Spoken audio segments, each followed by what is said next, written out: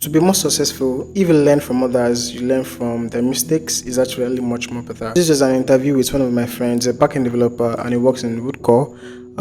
So he's actually a backend developer for over 4 years right now. So I want you guys to just learn from him. He's a very, very good developer. I've actually worked with him before. I know how good he is in his game right now. So I want you guys to make sure that you learn something from him, even though you're a front-end developer or maybe you're a designer or something. You can still learn something from him no matter what. So what I want you guys to make sure that you do is just to watch this video. I want you to like the video and also subscribe to it, and definitely make sure you share to your friends. So thank you. Okay, so couple of things inspired me actually. The first one was I watched a movie called Scorpion, and one of the main characters there was a computer scientist. And I mean, there were some, they exaggerated his role, because he was a genius, they exaggerated his role, but the way he talked about science stuff, computer science stuff, programming and stuff, it sort of like made it interesting to me. And second one was, one of my secondary school teachers came to my class when I was in SS2 to talk about, possible careers that we could, possible course that we could study, and career path that we could follow. So he talked about programming and computer science. That was after I'd watched Scorpion. So it just sort of like cemented the fact that I was going to study computer science for me. And then what made me start programming was when I saw my classmates started doing cool stuff with backend. I'm like, yeah, I need to start doing shit like this, man. So yeah. Then the next one is, what skills do you believe as... Okay, so I'm going to break the skills into two: soft skills and hard skills. So with soft skills, you need to be able to pay attention to details. As a backend developer, they are going to give you tasks, even if they've written out the user story, the requirements and everything. There are still some intricacies of the feature of the task that you'll be expected to think about yourself and provide solution to them.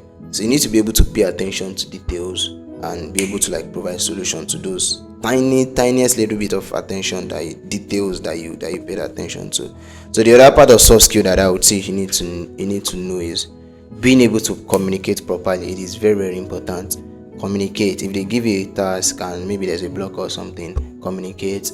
If the deadline that they are giving you, maybe there's another task that you are working on that will not make you meet that deadline, communicate and let everybody be aware of what is going on. So yeah. And so on the hard skill side of things, it's all about learning the tech stacks now.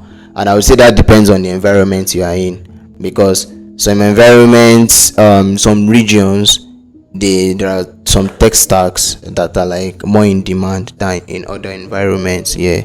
So I would say study the region you are in and try and understand which tech stack is in demand, and tailor your learning to that tech stack basically.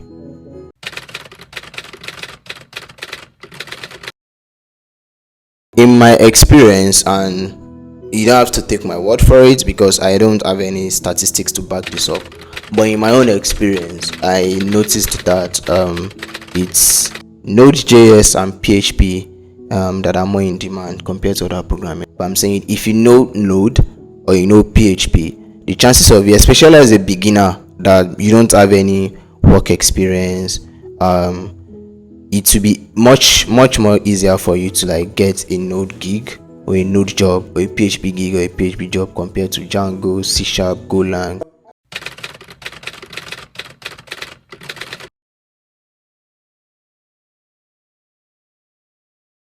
I think it's all about proper time management, right? And being honest and communicating effectively, right? So if you are working in a company, and just be honest with them that you're a student, they are going to, yeah, they are going to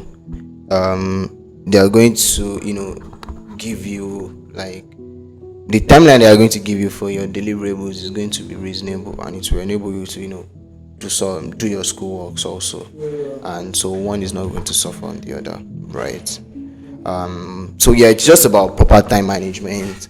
You have and you have to cut down on a lot of frivolities. Of course, yeah, maybe till you are done with school, and then you can then the activities you can then pick them up again. Use the period, use the time that you would have, if you were still in school, the time that you have gone to attend lectures, do assignments, read for tests and stuff, then to do that activity. Yeah, and so it's just about proper, in summary, proper time management, being honest up front, and communicating effectively.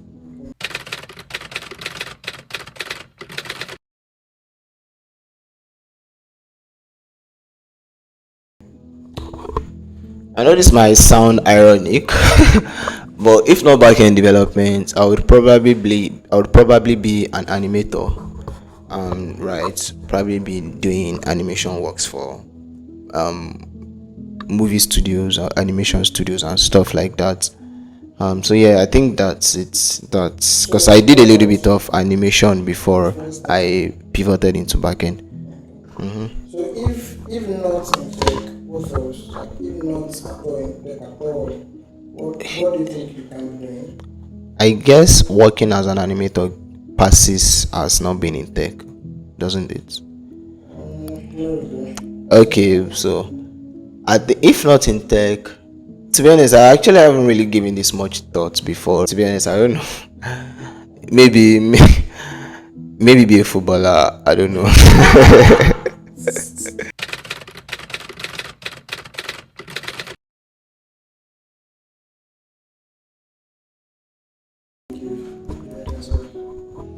I think the advice I would give myself is to not rush it, enjoy the ride, because it's going to be, at first it's going to be difficult.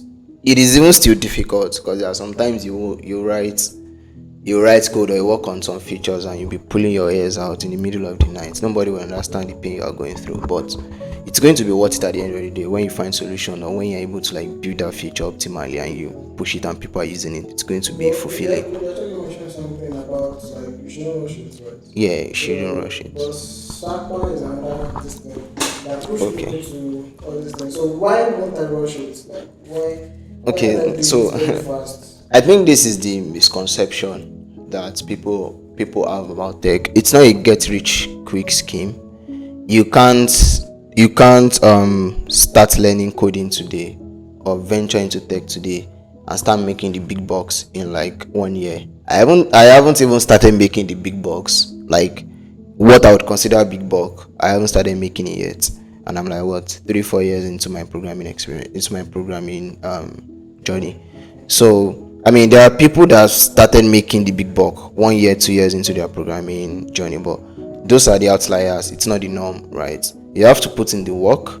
I know there's Sakpa in town, and there's you have to need to make money. You need to do alright and do that kind of stuff. But at the same time, you don't have to rush yourself, especially yeah, because jobs are not going anywhere. So why are you rushing yourself? Just take your time to learn the fundamentals, properly understand the programming language before you venture into a framework. Because if you don't understand the programming language, if you rush yourself and by some miracle you get a job, it's going to reflect in the quality of your work if you don't properly understand the programming language. And the worst case scenario, you get sacked. Best case scenario, they won't rate you in the company. They won't give you like stuff, project that you can work on that would allow you make a case for promotion, or even spur you on to bigger things.